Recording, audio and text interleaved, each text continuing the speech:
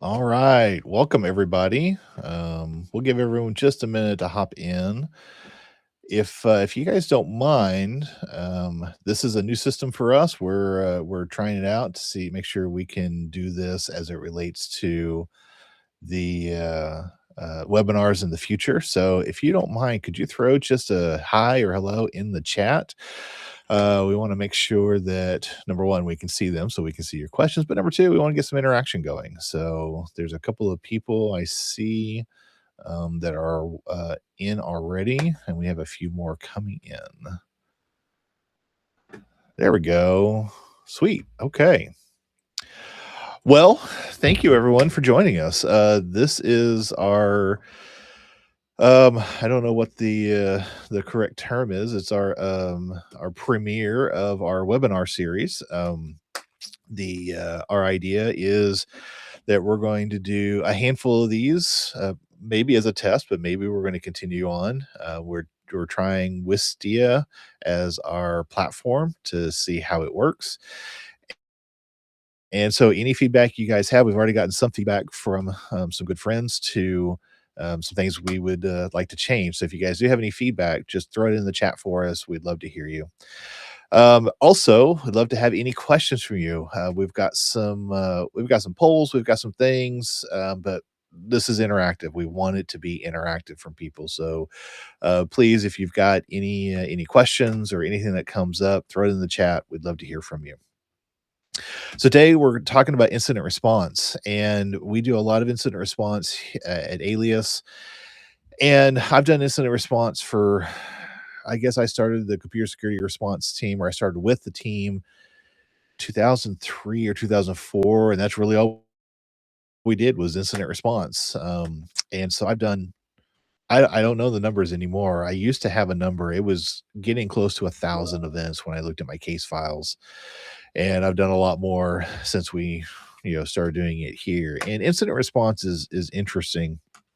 Everyone does a little bit different, and a lot of incident response do it in kind of old ways, and with the new kinds of attacks that are coming in and the new processes that we have, there are better ways of doing incident response. And I'll tell you, the more prepared you are for an incident response, the less incidents that you have, honestly. I'm not saying it can't happen. I'm just saying that the more you're prepared, the more you practice, the more you drill, the easier it is to respond. And honestly, the easier it is to um, stop it, stop the incident.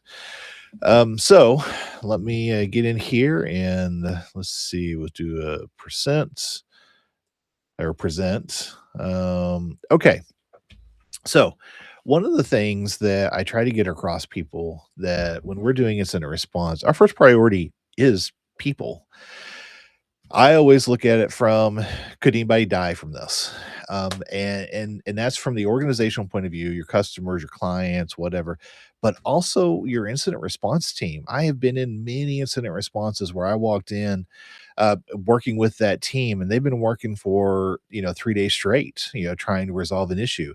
They haven't eaten well. They're drinking lots of coffee and lots of energy drinks, and it's just a bad situation. So one of my first priorities when I go into any incident response is everyone okay? I People are first. We always take care of people first. I also ask, have we initiated incident response plan? It is a requirement in a lot of regulatory things that you have an incident response plan, but it is very often that people don't use it, and that drives me nuts. We want to You have your plan, you have your processes, you should build that plan and those processes to actually help you during an incident. So I always ask, have they initiated the incident response plan? And what is the plan? I have this binder. Um, I'm going to mess up my desk, my messy desk at the moment, but I have my IR binder. I know you guys can't really see that because I'm really small on the screen right now, but this is what I train out of. But this is also my plan when I walk into an incident and they don't have an incident response plan. I have this, and it's very generic, very general, but it's got a bunch of checklists in it. It's got an incident response policy in it, a general one. I've got all kinds of communication protocols and all different things. So If we don't have anything, we can at least have something, but I really want people to have their own binder, and because that's going to help them through this process. Another thing they really need has is an incident commander, and this is someone who knows how to be an incident commander. They've gone through the training, they've practiced it, and you need a couple of them because you need to relieve them after 8 hours or so. So, who is incident command? Who is actually in charge of the incident? Now, it's sometimes really interesting because the person who's in charge of the incident may not be a high level, senior levels, C level person because they may not have the skills to do it. You really want to have someone that has those skills. Now, some of these other things, these other priorities, can everyone communicate? Do we have a way? Sometimes the network is down. So, how do you communicate? Cell phones, great. Radios, great. Couriers, great. What is the process to communicate? And you need to practice that. You need to plan for that. What is your alternatives? Who do you need to notify? That's in your playbook. What are the decisions that are needed? We're going to talk about that. Are you actually making decisions? This is a big one. You do need to make decisions. Sometimes you need to make a decision to turn off services or to communicate with people or bring people in. If you don't, then that puts you at higher risk. And then, of course, the last one is everyone still okay? People safety is really important to me, and it should be important to everyone who does incidents. Now, when I talk about, come on, get the slide to change. It's not letting me change that slide in the console. There it is. When we're talking about your getting people involved in your incident response plan, you need to have one.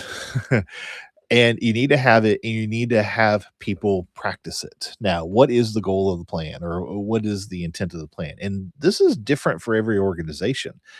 The goals of your plan might be life safety, depending on what industry you're in or what business you're in. The goal of your plan might be business continuity. There are some process or some organizations out there that if they stop, then other things can't function. Think of it like a municipality or a city or even a state. If they go down, services don't happen. When you'd have something like a higher ed, when I was at higher ed, we could take down all of our systems for about a week without any significant detriment or harm to what we did. We had alternatives, we had functions, but some organizations don't have that long. They're in seconds. If they go down for a certain amount of time, there is significant harm to someone, them, or someone else. So you need to think about what is the goal of your plan? What are you actually trying to accomplish? Now, the plan itself has internal processes for your company will activate in response to a security incident. Now, when we talk about this, what I talk about is a threshold. You need to determine when do you actually activate those processes. Those things are really important. Is this we always talk about activity, event, or incident. I think that's actually in one of the slides, but you need to know when does it hit the level of a incident, and then what are you doing for that?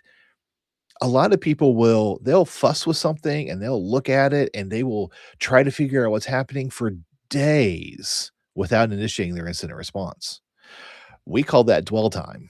It could be that you have data exfiltration happening for those days, but you should have an internal process. You should have something that is otherwise a limit, a level of if it hits this, we're initiating incident response. We're turning stuff off. We're processing. We're communicating. We're doing all these things. Those internal processes are super critical. Now, communication, information sharing is necessary. That's built into your plan. How do you communicate? Who do you communicate to? Who do you not communicate with? We've had incidents where someone in IT mentions an issue to a vendor. Well, the vendor turned off services. That became another issue because we needed those services to be able to function from business continuity, but that person mentioned it inappropriately to the vendor took it upon themselves to just turn off access. It was a mess. So, how do you communicate? How do you get that information to people? Who is allowed to do that? That should all be in your plan. That should all be in your policy, your playbooks, all these things so that there is no doubt who is otherwise going to be doing this. When you don't have that, you have bad things happen. Some of these other things that are in your incident response plan, a process to fix identified weaknesses, you're going to find problems. If you find it during an incident, hopefully you have a priority on that on getting it fixed. I had an issue with a client one day and they decided, I told them about a particular issue. They decided not to fix it.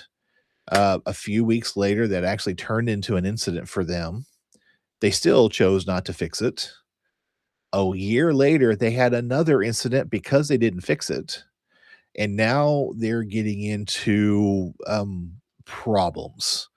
And when I say problems, that's regulatory problems because they didn't fix it.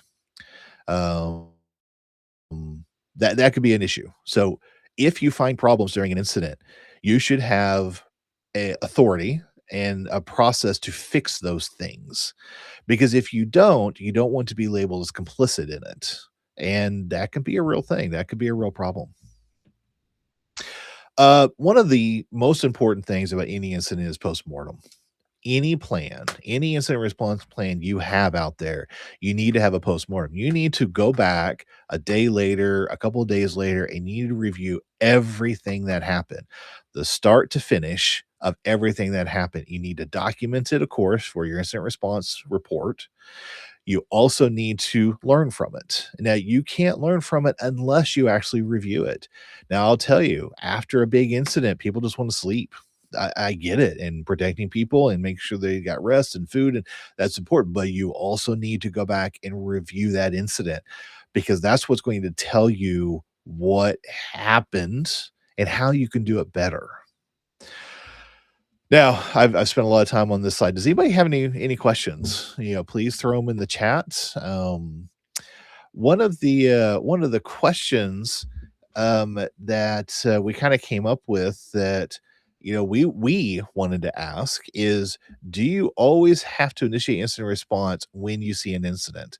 Specifically, do you have to call the IR team every time? So here's the way I get this question a lot, which is why I wanted to bring it up. The answer is yes and no.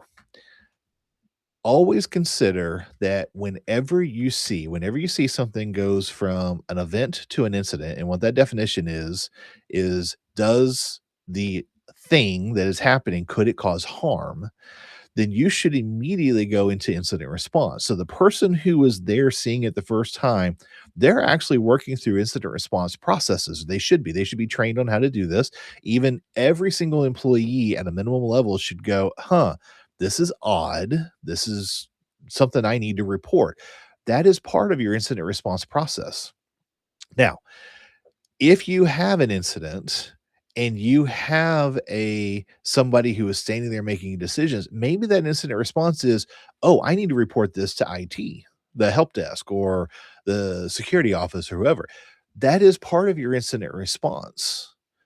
So I'm going to say, yes, anytime that you have something odd that's happening that harm could be the result from this, you should be initiating incident response, but that incident response is not necessarily, "Oh, we're going to go cyber insurance, we're gonna go do this, we gotta call the board." What that is based off your plan, their first steps as incident commander, because they're the first one who's seeing it, they're gonna call someone else, and they're gonna get a hold of the live person, they're gonna hand it off appropriately. Then that person is gonna go through a process of determining, "Okay, is this an incident or not?" And then if it is an incident, they should have the authority and know what to do to be able to initiate the incident command team. Now, this is all in your book. I mean, this is all you put this in your plan and you let everybody know about it because you really want them to have that authority and have that process in their head of going, okay, we're going to go through this. We know what to do. We're not making it up as we go. This is not ad hoc. This is a process. Okay. Um, Again, let me see if I can get this to make the next slide. Now, if you look at the NIST requirements, the incident handling guide, you're going to see all of these pictures. This is a great way to respond to an incident, but generally, people, when they talk about this, they're talking about it from a technical point of view. Preparation, detection, analysis, containment, eradication, recovery, post incident activity. Now, you can absolutely use this for any other part of the incident, but most people are thinking about, oh, containment, eradication, and recovery. That's huge, but they see this little thing as like, okay, that's all we have to do. We're just going to write this in our policy. We're going to do these four things.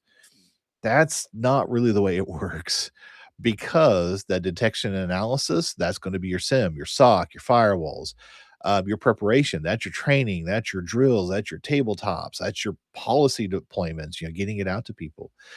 Your containment, eradication, and recovery. I mean, that's everything. That's, do you unplug the computer or not? Do you take a memory dump of it or not? Do you do a forensic analysis of it? Do what is it you're doing on this?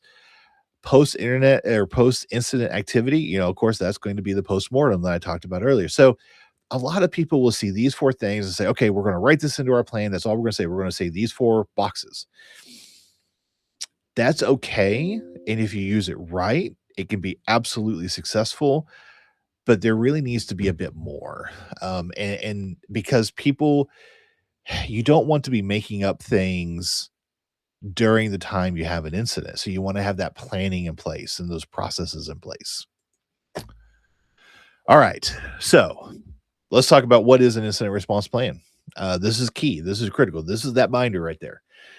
It is fundamentally a set of protocols and checklists that has people do something when things don't look right. Now, I don't like putting walls of text up, so I just put red, on there are things you got to remember. Protocols and checklists, that is a process for when things don't look right. This email, when I clicked the link, it didn't do it the right thing. All right, well, what do? Do you just ignore it and move on? Do you unplug the computer? Do you press a power button and shut it down? Do you turn off the wireless? There's pros and cons for every one of those. And it's really hard to tell you what is the right thing because there is no right thing. That is just the process in which you are otherwise going to do. Now, what I want people to do within the organization and within the incident response process is to do what they were trained. So if you're going to tell people to unplug their computer, I'm fine with that. Even though you're going to lose memory and you won't be able to do forensic analysis. But if that is what you have trained your people to do, that is great because you want them to do that. Now, if you say, don't turn it off, we're going to quarantine it with CrowdStrike, so you have to get a hold of us. Here's how you get a hold of us 24/7. You're going to get a live person to. That's fantastic. Then you have a bit more information that you can otherwise use during your investigation.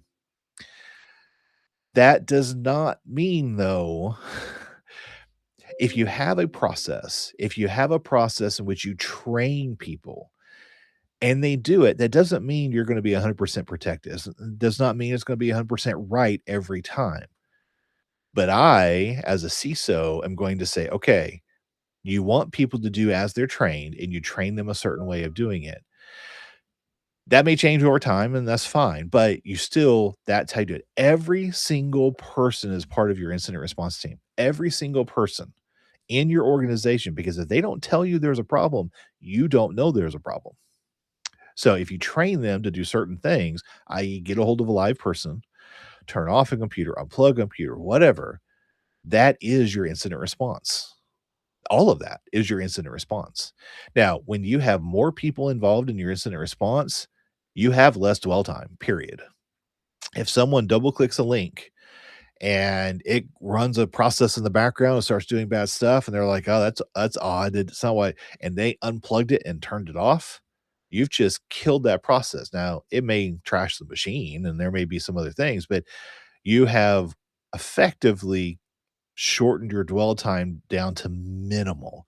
I was just working with a client. We were doing a tabletop right before this webinar, and we were talking specifically about dwell time during the tabletop of how long would it take for someone to actually realize this is a problem. And it was hours. I've had some clients, it was days. Well, that's hours and days of a time of someone not doing something to stop it. Now, when those sorts of things happen, what do you do? Well, you want them to respond quickly. And to do that, you really got to have that threshold for them. So we've got another poll up, and that poll is see, actually read the words. What threshold do you use to determine an incident? Because this is important for people to understand. It's like, hey, this is we we we have to do something when we have an incident. So in this particular case is any abnormal event, and then you have when would when we know there's an attacker in our system, when we know data was exfiltrated, or well, we don't have events. So if you don't mind, go ahead and vote in that poll real quick, because it is important to have some thresholds within your organization to know that, we probably have to do something. Now, I see some people are doing any abnormal event, as in when we know there's an attacker in our system. Um, we don't have anybody that says we don't have incidents yet. That's great because there's a lot of incidents, and I don't want people to be blind to that. So here's the thing: when we talk about these thresholds, these should be clearly defined in your organization. Now, one of the things to keep in mind is some of these are actually defined for you by your contractual agreements. Um, you want to make sure that you're meeting these. Now, at my previous job in higher ed, we had a 24-hour time limit to report suspected incidents. That's suspected. So if we thought there was an issue, we had to report it. There are CISO requirements for 3 days. There's all different kinds for different organizations or different industries, different verticals. So you need to know what that is, and that needs to play into your plan of what are those thresholds and what do you have to do for it. Now, those thresholds are important because it kind of defines what you do next and initiate your incident response team. Then you start investigating. Maybe you pull the network, do whatever. All right, so let's get on to that next slide here. I'm getting faster in this. Um, we're going to skip this because we're cutting close on time. This is just an example of incident response plans. This is I'm going to go right into these definitions real quick because before you can initiate the incident response plans, you got to have that definition. So I've talked about it a little bit, and it's important for us to know. Number one, activity. That's just normal operations. That's just things that happen every day. An event is an exception to those normal operations. An incident is an exception that could cause harm. Breach, that's special. If you use that word, you can get into trouble pretty quick because when you start talking breach, that usually means you have to do breach notifications. So that is a legal term, and I would recommend to everybody, don't use the word breach. You wanna make sure you stop at incident and let lawyers decide if it's a breach or not. But I'm gonna give you an example. Activity, logins. If you have logins, on your system, that's normal. That's every day.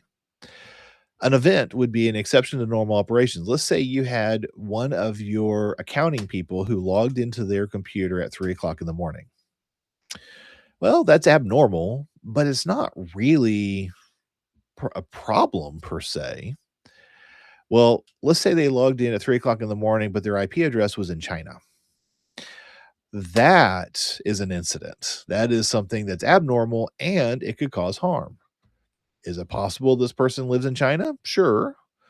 Is it a problem that they were traveling? Possibly. That might explain it. But your incident response plan should see that as a threshold marker of, oh, this is an event going to incident. We need to initiate, we need to investigate. Maybe you don't have to do the full incident response team, get them in a room and start bringing up laptops, but it is an incident. You're going to have to notify someone and you're going to have to document it with an incident report. And that's really kind of that level in which you are really trying to decide what your next steps are. Okay, so we've talked a lot about incident response, and this webinar is only 30 minutes. We intend to make these longer. This was kind of a test, so I do appreciate people chatting and talking about stuff. One of the things I really wanted to get across is how can people learn how to do these things? We do not have to recreate the wheel here. So the incident command system from FEMA, it's a process in which emergency response professionals will learn how to do incident command. It's a great system. I encourage all of IT people to go and take the ICS 100. In fact, I think we're going to put the link up for you guys to see it up there in the right hand corner. This training, it's on their website, you take it for free, and it introduces you into emergency management. But what's important is what we do in IT and incident response is the same as emergency management. In fact, I think I'm gonna jump to another slide here. Oh, that is the ICS 100 website. So you really should go and watch this. Again, it's free. It's pretty easy to go through. It's good information. But one of the things it talks about is your instant command structure. So once you hit the threshold of having an incident, you really should initiate incident command. And it tells you all the pieces. Now, the reason why this is important, I'm not going to go through all the pieces. We don't have enough time, but you want your incident response to fall right in line with the rest of your emergency response of your organization. Emergency response for the city, emergency response for the county, emergency response for the state, emergency response for the federal level. That's what ICS allows you to do. You very quickly, if this becomes bigger, bigger, and bigger because of the incident, your team, who is an incident command team, really falls into an operations team within a larger emergency response. Now, some people will say, well, why would we ever do that? What if we were having a significant attack on our systems, nation state, and we have most of our systems down? I mean, I'm talking whole country is now down. No network, no DNS, no whatever. Well, very rarely will anybody be able to do anything at the smallest level at the organization or even the local level at the city or county. But you want to stay informed. You want to help. You want to report things. So being able to nest into a larger emergency response team is really important. But here's the other thing that's important. I know I've only got 2 minutes left, and I really want you guys to take this away. Now, I don't have to break at 11:30 if you guys want to continue on, and happy to do that, especially for questions. But you want a standard process. The ICS 100 teaches you that standard process, and then you otherwise get your binder put together and you say, okay, this is our standard process because you're going to have to present this to your organization. Now, if it's just something that you made up, then that can be really difficult. But if you say, hey, this is the standard process, you take it to your organization. We've got a question here. It says, what is the best way to get everyone involved? Well, number one, you have to have the IR plan. So this building this process, this ICS problem, the ICS 100 process, but then you practice it. Get some tabletops together, go out there and get people to go, hey, we're going to practice this event. There is no way for you to be successful at incident response without practicing it. The only way to practice is either have an incident response or do tabletops. So if you want to get everyone involved, the question from Derek, then what you have to do is you have to put them in a place they know the plan, you give them a scenario, and you see how it works. Every single time we do tabletops, we change the incident response because we have new people, we've got new systems, we have new processes. Those are super, super critical. So thank you for that question, Derek. I appreciate that. All right. Well, it is 11:30. The webinar is technically going to 11:30. And of course, I want to respect everyone's lunchtime. Like I said, we intend to expand these out to be probably about an hour if it's something that people find useful. A little snippet, a little nugget of information about incident command and incident response. So I really appreciate you guys joining us, and I hope it was useful. So, but I'm going to stick on the call for a few minutes. So if anybody has any questions, please feel free to throw it in the chat. I mean, I'd love to hear from people. Love to hear what number one about incident response. If you have any questions about that, or if you have questions about future webinars. I think we're going to cover a variety of topics, pen testing, audits, and a couple of things. We're going to have it posted up on our website, which is, well, we have our incident response page. That's we got a link up in the upper right hand corner right now for that.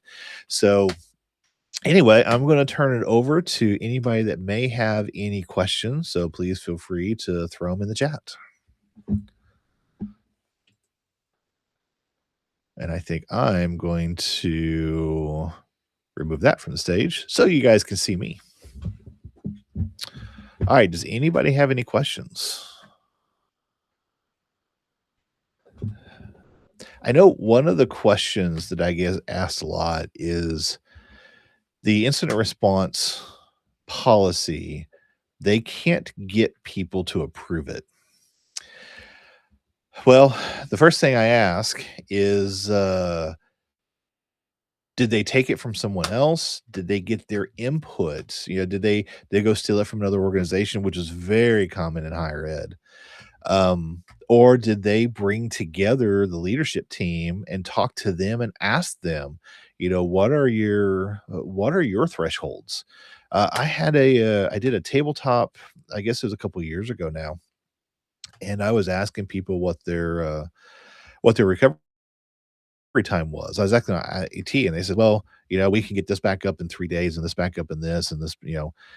But when I asked the people who were there as part of the tabletop, but they weren't IT, and they were like, um, we can't be down for more than, I think it was like 4 hours or something." And I turned to IT and I asked them, I was like, are you do you know that? I mean, did you know that you have 4 hours to recover? And they're like, "Yeah, we can't do that." So that was really useful in that tabletop to have that conversation. We've got a question here, is how do you get upper management to participate? Well, number one, they have to find value in it. And I'll tell you, if you're using the FBI and or CISA tabletops, and I have told CISA this, we've had long conversations about this. A lot of those tabletops were not designed for leadership. So they're not going to enjoy it. They're not going to like it. It's not going to be fun for them. They're going to get bored out of their mind. But I'll tell you this, my tabletops that I do, the decision-based tabletops, which are very different than the scenario-based that they do in the other ones. I've had several times people, senior leadership who came in the morning, they canceled the rest of their day just to stay in the tabletop because they found value in it. So if you want upper management to participate in tabletops, they have to find value in it. They have to look at the decisions that are being made and the questions that are coming up as something they need to be part of. I would never do a technical tabletop with senior leadership. I would absolutely do decision making tabletops all day long. In fact, I did one, and what we had leadership on one side and really everybody else on the other, and that's just how they sat down. And a question came up, and it says, would IT do this thing? And I turned to the leadership and says, would your IT people do this? And they were like, absolutely not. They would not ever do this. And I turned to IT. I was like, would you do this? And they go, yep, absolutely. All day long, twice on Sunday. And the leadership team, they glared at IT like, what? Well, it was a difference of perspective. And it was really interesting because it started some really good conversation between the 2. I always say it's a safe place on the tabletop, blah, blah, blah, blah. But really what I wanted them is to actually bring up these issues so they could talk to each other about them. So that's how you bring up upper management to the tabletops. You gotta provide value. They have to see the value, they have to feel the value. When you have leadership leave the tabletop and they say, "When are we doing this again?" That's a win. That is a win. Um, and it's really important. If you can get them to do it, that means you can practice your your incident response. You can practice your processes, and that is super critical. All right, what else? Do we have any other questions in the chat? I know we're 5 minutes over the 11:30. Like I said, I really do appreciate everyone jumping on. It looks like we have a few people leaving. I know it is getting close to lunchtime, and I don't want to hold people very much longer. So, with that said, I again thank you, everyone. We appreciate it. I hope you guys have a wonderful rest of the day, and we will see you next time on the next webinar. We'll get the postings out on the various platforms so people know about it, and we'll get another great topic for you. So, thank you, everyone. Thanks for everyone that's hitting in the chat.